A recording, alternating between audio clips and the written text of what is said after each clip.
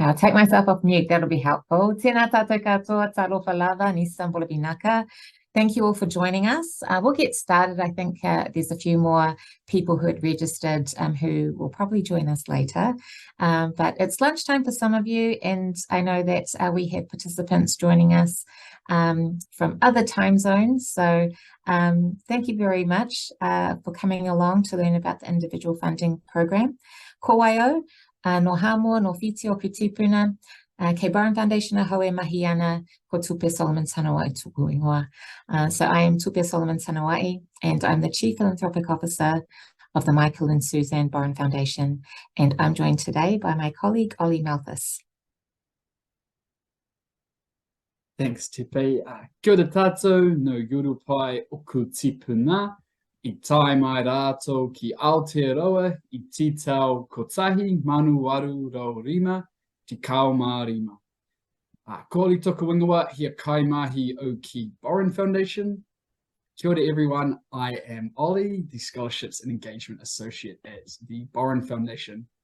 We appreciate you all joining us today. To kick things off, we'll begin with a PowerPoint presentation by Tupe.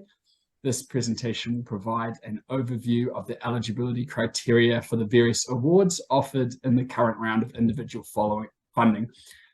Following the presentation, we will move into a Q&A session. During this session, we'll address some questions we've received this week and any queries that come through to us during the webinar. Please don't hesitate to type your questions in the Q&A box at any point during the webinar, and I will relay them to Tupe. Additionally, if you prefer, there's an option to submit questions anonymously. Please note this webinar will be recorded and uploaded online for those who couldn't attend. So with that, I will hand back over to Tupe. Kia ora, Ollie. Okay. Now, I usually start this with our vision and mission, and that's because this is at the heart of what we do, and it's something that our selection panel and our Grants and Scholarships Committee keep in mind when they are making decisions. So our mission is to support legal research, education and scholarship that contributes to our vision for Aotearoa New Zealand. And our vision is of an Aotearoa New Zealand where everyone understands the role and value of the law and everyone enjoys the protection and opportunity that it provides. So we believe in an Aotearoa that is just, inclusive, tolerant and free. That's what we're working towards. So we actually have two avenues for funding. So one avenue is for project funding, which is typically for multidisciplinary teams who are working on a particular issue in one of our areas of focus. So the criminal justice system, family law, and access to civil justice. So we consider those applications on a rolling basis. At one of our meetings of our Grants and Scholarships Committee, they meet every other month during the year. And the other avenue for funding is the individual funding program, where the focus is on developing an individual. So our trust deed allows us to fund legal professionals. So that's lawyers in the private or public sector, members of the judiciary, legal academics, and postgraduate law students. Now we have two rounds of applications for our fellowships, scholarships, and awards. In this round, we are inviting applications for the Borrin Foundation Justice Fellowship, the Borrin Foundation Travel and Learning Awards, and two scholarships, the Borrin Ngā Pae o te Māramatanga Postgraduate Scholarship and Tupe Tawhiti Postgraduate Scholarship. So you will have noticed that there's been a change to our individual funding schedule. So we will be offering the Tupe Tawhiti Postgraduate Scholarship in the second round of every year. And in this round, we will invite applications for the Justice Fellowship. But from next year, it will only be offered during the March round. So in March next year, we will invite applications for the Borrin Foundation Justice Fellowship, the Community Law Fellowship, and the Women Leaders in Law Fellowship, as well as applications for the Travel and Learning Awards. And so I will run through the guiding principles for individual funding. This is what the selection panel will keep in mind as they are assessing applications. So we aim to invest in people with a demonstrated commitment to the relevant field and to New Zealand. We believe that investing in people can have a significant long-term practical impact. We want our support to be a catalyst for change in the people that we support, as well as the field that they work in. We have a commitment to diversity, equity, and inclusion. We believe that change is made by people. So we want to build capacity and grow talents.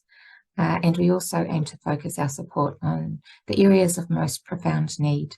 So people working in areas of the law that are under-resourced and underdeveloped. And lastly, the but-for question, which is something that the selection panel always keeps in mind. Would our funding enable something to happen that otherwise would not without our support? So now we get to the specific opportunities that will be offered in this round. So the Tupe Tawhiti Postgraduate Scholarship. This is a relatively new opportunity that we have offered. It's inspired by a well-known Māori whakatauki. The pool of funding available is $120,000, and we expect this to be split between multiple scholars. So we want to recognise and support law graduates to pursue postgraduate study in law despite financial obstacles and complex life circumstances. We invite proposals from law graduates demonstrating financial need who wish to obtain a postgraduate degree in law overseas or domestically. So to be eligible, you need to be a New Zealand citizen or permanent resident. You need to have graduated from a New Zealand institution with an LLB, or you could be in your final year. And you need to demonstrate financial needs that cannot reasonably be met from other sources of funding. That's an important one, and that also includes other scholarships. So if your application is for programs commencing after that date, they won't be considered in this round. So how it would work, this information is on our website, but I just wanted to draw your attention to two areas where particular consideration will be given. So that's if you belong to a community that is underrepresented in the legal profession, courts and/or academia, and you have a strong connection to that community. And particular consideration will also be given to applicants who have more complex life circumstances affecting their ability to undertake further study. So we've given a few examples there, but it's not limited to those examples. You just need to tell us in your application what your complex life circumstances are. So the funding can be used for costs such as course fees, living expenses, and economy class airfares. While the funding can't be given retrospectively, if you've already started your postgraduate degree, you may apply to cover costs that have not already been met for the remainder of your study. We aren't able to show you the successful applicants from last time because we are going to be making an announcement about that shortly. So the next opportunity is the Borrin Foundation Ngā Pae o Te Māramatanga Postgraduate Scholarship. We've been very fortunate to partner with Ngā Pae o Te Māramatanga, who provides pastoral care for our successful recipients. Now, the pool of funding available is $80,000, which may be awarded to one scholar or split between two. Although last year was an exception, we gave 5 of these scholarships out. So this is to contribute to increasing Māori postgraduate scholarship in law. So we invite proposals from Māori law graduates who wish to obtain a postgraduate degree in law overseas or domestically. So to be eligible, you need to be a Māori LLB graduate from a New Zealand institution. You need to have a strong academic record and a connection to Te Ao Māori, as well as demonstrate future potential for Māori leadership and legal development in the legal profession. And here are some of our, here are our amazing Wahine Māori scholars from last year. Yasmin Olsen, who received $80,000 to pursue an LLM in the USA. Holly Reynolds is also going to the USA. Mary Ann Panoho is going to the University of Arizona in the USA. Rachel Evans received funding to pursue a PhD in law at the University of Canterbury. And Gabriella Brain is going to the University of Arizona in the USA. So very pleased to support these wonderful wahine in their postgraduate studies. And just in case you thought we didn't support any tāne as well, here's from the previous year. We have Ben Morgan and Zachary Katene, who also received support to pursue their studies in the USA. But as I say, the scholarship can be used for domestic study as well as overseas. It doesn't have to be the USA, although that's where a lot of our scholars have chosen to study. Now, the fellowships. So the pool of funding available for the Justice Fellowship is $120,000. So we invite proposals from legal professionals with at least 10 years experience in law. You should your budget should match the needs of your fellowship. So it could be awarded to one fellow, or it may be split between two fellows. So in order to be eligible, you need 10 years, at least 10 years experience in the law at the time of applying. You must be passionate about delivering the law, using the law to deliver social justice, and have a lifelong commitment to justice and service. So how it works, again, this is all on the website, but just talk through a couple of things with you. So it's designed to be a project that someone would work on for 6 to 12 months. We're wanting to give people an opportunity to take some time off work and do something that they wouldn't otherwise be able to do. But this could also be spread over a longer period. So rather than taking 6 months off at one go, you might choose to do 2 3-month periods over 2 years, or 2 6-month periods over 2 years.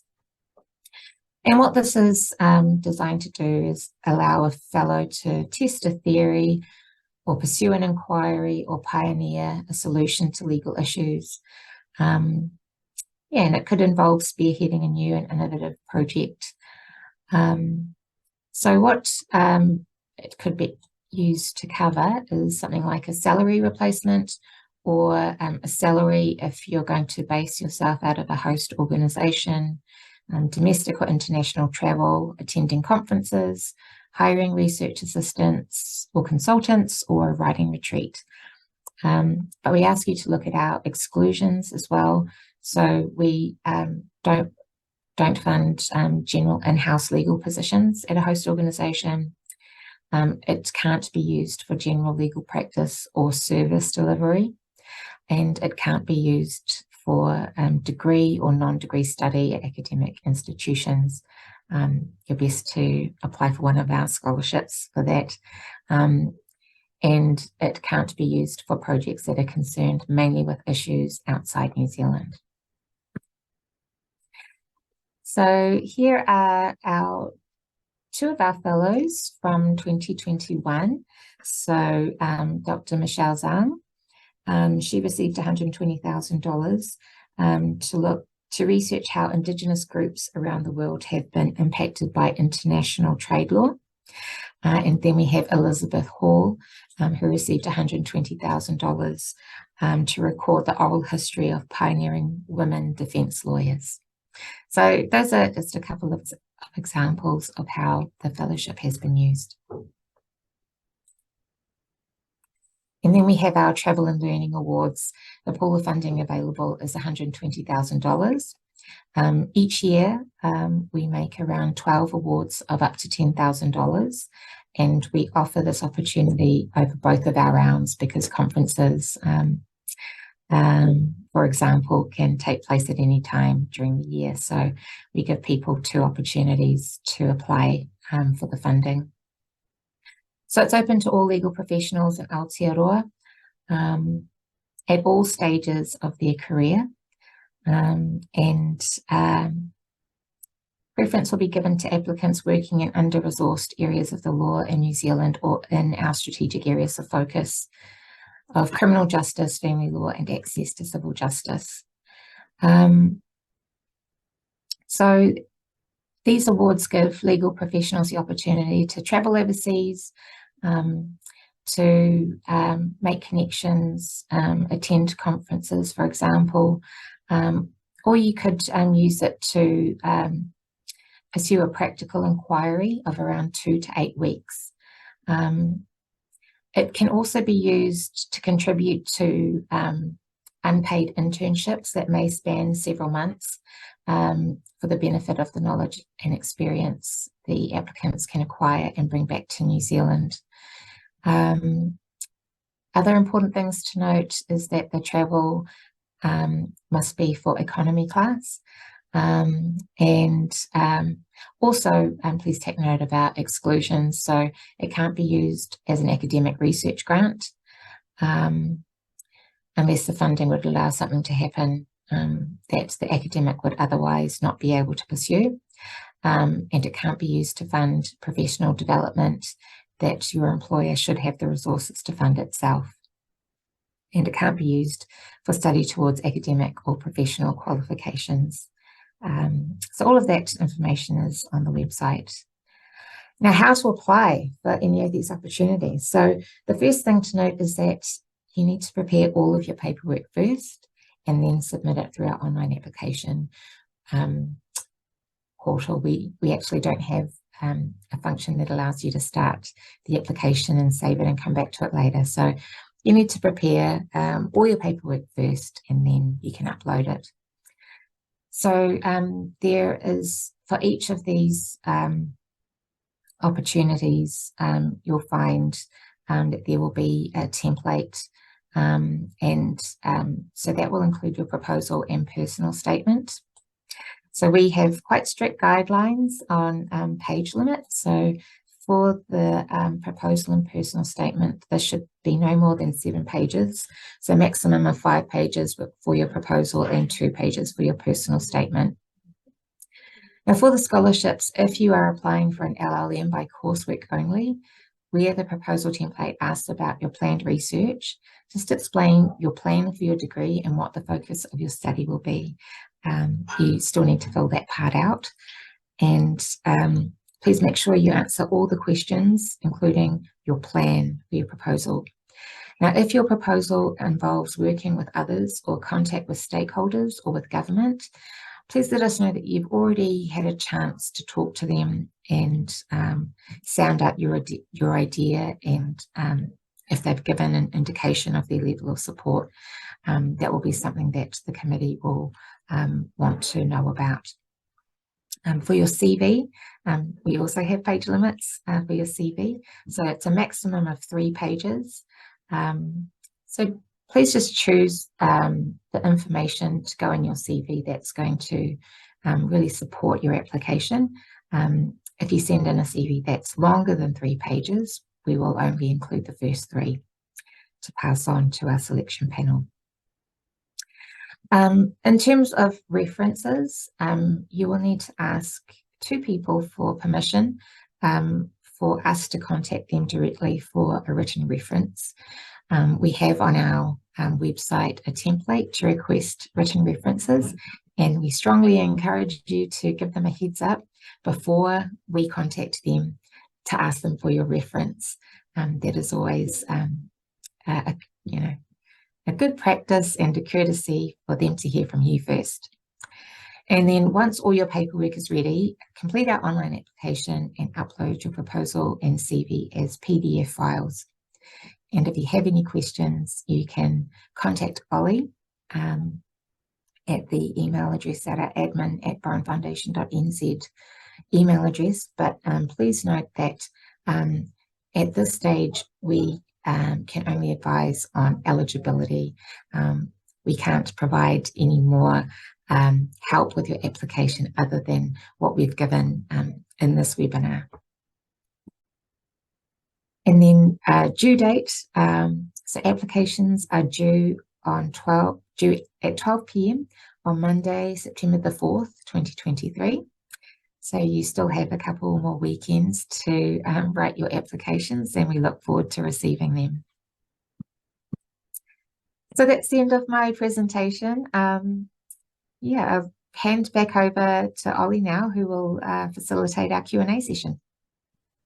Thanks for that, Tupe. So we'll open up the Q&A with some questions that have come through earlier this week, and then we'll get into queries in the Q&A box. If you have any questions that you haven't asked yet, now would be a good time to enter them in. Okay, so to start with, if I'm applying for study at multiple different universities, should I mention all of my options in my proposal or focus on just one?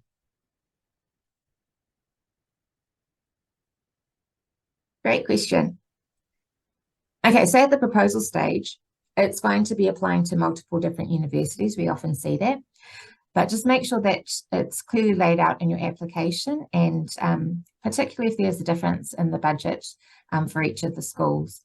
And then throughout the process, if you have any updates, please let us know. So if during the process, you settle on which university you want to go to, then that's really useful information that we can pass on to the selection panel for their consideration.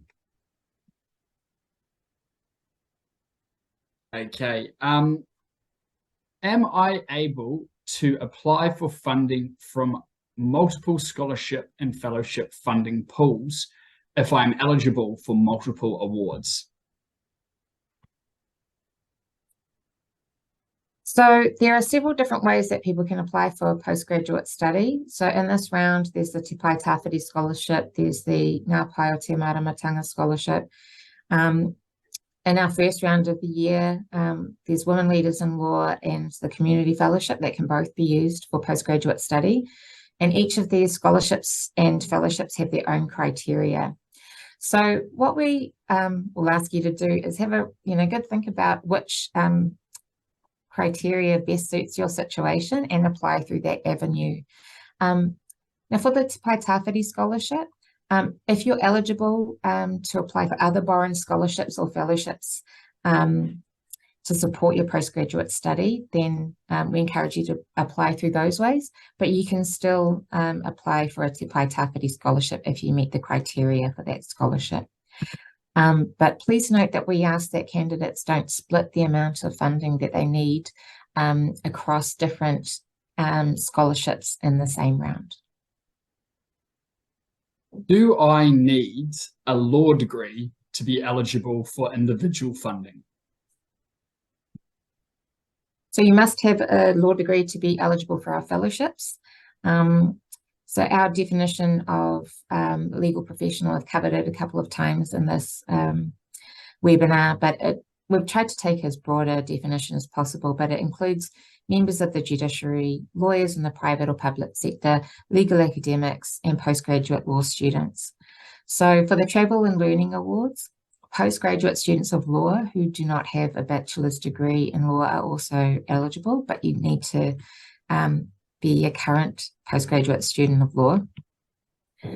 For the postgraduate scholarships, you need to be a graduate from a New Zealand law school or be in your final year of study.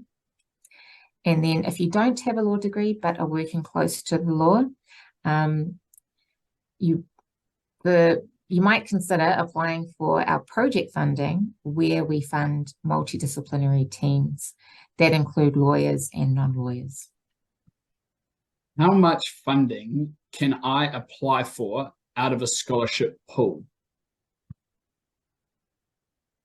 So for Tupe Tawhiti, we don't have any hard and fast rules around this. You'll see that we have a pool of funding available, and we expect, that that pool could go to one person, but it could be split between for Tupe Tawhiti, perhaps between multiple scholars. Generally, awards of up to 40,000 will be considered for a one-year course of study and up to 80,000 for multi-year courses of study. So this is just intended to give you some guidance, but they are indicative figures, and applications may be made for amounts below or above these suggested figures. For Borrin, for the Borrin Ngā Pae o Te Māramatanga Scholarship, we've had a few rounds of this now, which gives people an idea of the kinds of amounts that are available. A pool of 80,000 is available annually. It could be awarded to one scholar or split between two. The last two rounds it's been available, our Grants and Scholarships Committee has been quite generous. And we haven't provided any specific guidance on how much you can apply for. But if you look at our website, generally our scholars have received either $40,000 or $80,000. Okay, so we'll get into some of the questions from the Q&A. When will applicants know about decisions on scholarships? And are there any further processes after applying? So I mentioned before that we are yet to make an announcement from the first round. However, the applicants themselves have already been informed, but we have some, things to work through before we can make the announcement public in terms of paperwork and things like that. But for this round, applicants themselves should know early 2024. If they've been successful. And in terms of after applying, are there any further processes, for example, applicants who might make it to further rounds of consideration? So we will inform you once you apply, like when we will get back to you. So there will be like a round of interviews and things like that. So we will let you know as soon as possible if you progress to the next round. Cool. Okay, so this next question is reasonably long. I think I've got the gist of the question, which is, so it's in relation to the Justice Fellowship. So general exclusions for existing mainstream academic activities or facilities in schools and universities, unless they're innovative in terms of delivery or access. So is this likely to exclude the research and writing of a legal textbook?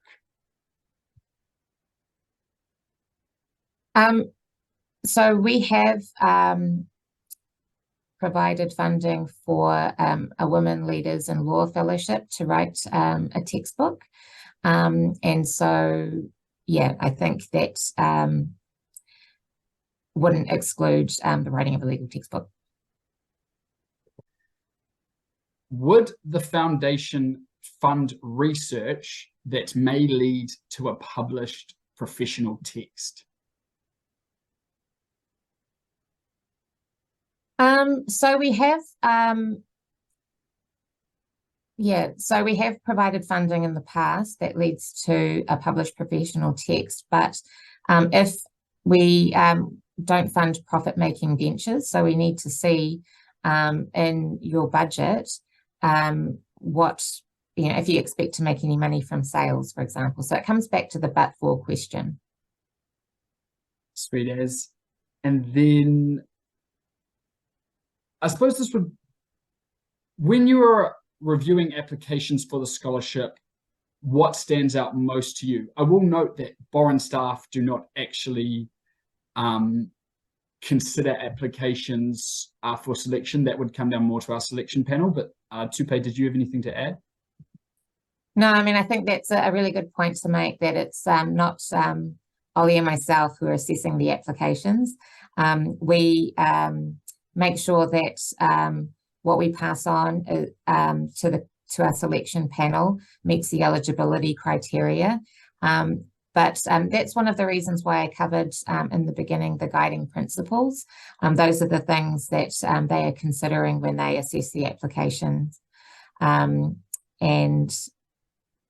yeah, so I all of that information is on our website, what the guiding principles are for funding, and then also for each scholarship and fellowship there is specific criteria, which means that they will be looking at those things specifically.